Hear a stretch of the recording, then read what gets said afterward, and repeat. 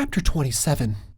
The Lord commands Ammon to lead the people of Anti-Nephi-Lehi to safety. Upon meeting Alma, Ammon's joy exhausts his strength.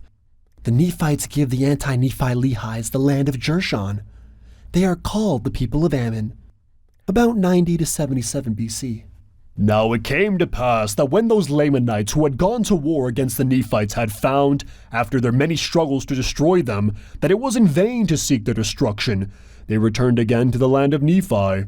And it came to pass that the Amalekites, because of their loss, were exceedingly angry, and when they saw that they could not seek revenge from the Nephites, they began to stir up the people to anger against their brethren, the people of Anti-Nephi-Lehi. Therefore they began again to destroy them. Now this people again refused to take their arms, and they suffered themselves to be slain according to the desires of their enemies. Now when Ammon and his brethren saw this work of destruction among those whom they so dearly beloved, and among those who had so dearly beloved them, for they were treated as though they were angels sent from God to save them from everlasting destruction. Therefore when Ammon and his brethren saw this great work of destruction, they were moved with compassion, and they said unto the king, Let us gather together this people of the Lord, and let us go down to the land of Zarahemla to our brothers, the Nephites, and flee out of the hands of our enemies, that we be not destroyed. But the king said unto them, Behold, the Nephites will destroy us, because of the many murders and sins we have committed against them. And Ammon said, I will go and inquire of the Lord, and if he say unto us, Go down unto our brethren, will ye go? And the king said unto him, Yea, if the Lord said unto us, Go, we will go down unto our brethren, and we will be their slaves until we repair unto them the many murders and sins which we have committed against them. But Ammon said unto him, It is against the law of our brethren, which was established by my father, that there should be any slaves among them. Therefore let us go down and rely upon the mercies of our brethren. But the king said unto him, Inquire of the Lord, and if he saith unto us, Go, we will go, otherwise we will perish in the land. And it came to pass that Aaron went and inquired of the Lord. And the Lord said unto him, Get this people out of this land, that they perish not.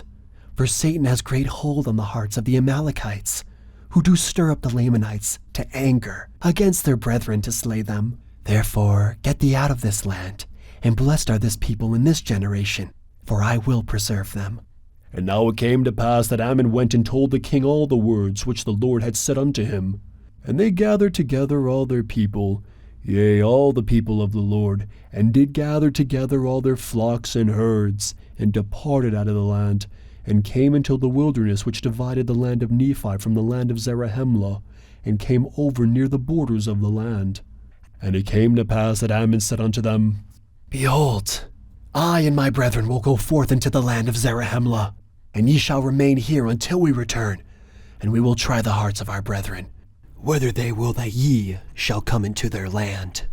And it came to pass that as Ammon was going forth into the land, that he and his brethren met Alma, over in the place of which has been spoken, and behold, this was a joyful meeting. Now the joy of Ammon was so great, even that he was full. Yea, he was swallowed up in the joy of his God, even to the exhausting of his strength, and he fell again to the earth. Now was this not exceeding joy? Behold, this is joy which none receiveth, save it be the truly penitent and humble seeker of happiness.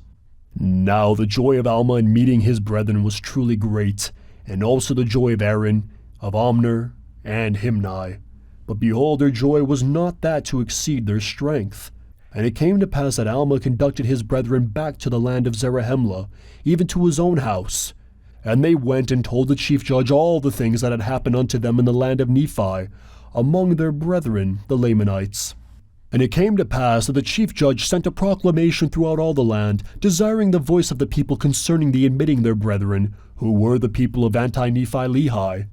And it came to pass that the voice of the people came, saying, Behold, we will give up the land of Jershon, which is on the east by the sea, which joins the land bountiful, which is on the south of the land bountiful. And this land Jershon is the land which we will give unto our brethren for an inheritance. And behold, we will set our armies between the land Jershon and the land Nephi, and we may protect our brethren in the land Jershon. And this we do for our brethren, on account of their fear to take up arms against their brethren, lest they should commit sin. And this their great fear came because of their sore repentance which they had, on account of their many murders and their awful wickedness. And now this will we do unto our brethren, that they may inherit the land Jershon, and we will guard them from their enemies with our armies, on condition that they will give us a portion of their substance to assist us, that we may maintain our armies. And now it came to pass that when Ammon had heard this, he returned to the people of Anti-Nephi-Lehi, and also Alma with him, into the wilderness, where they had pitched their tents, and made known unto them all these things.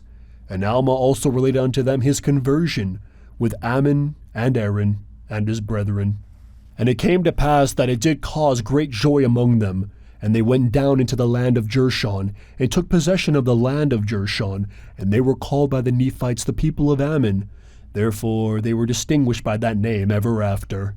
And they were among the people of Nephi, and also numbered among the people who were of the church of God.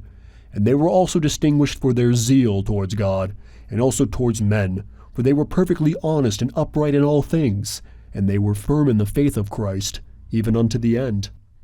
And they did look upon shedding the blood of their brethren with the greatest abhorrence, and they never could be prevailed upon to take up arms against their brethren, and they never did look upon death with any degree of terror, for their hope in views of Christ and the resurrection.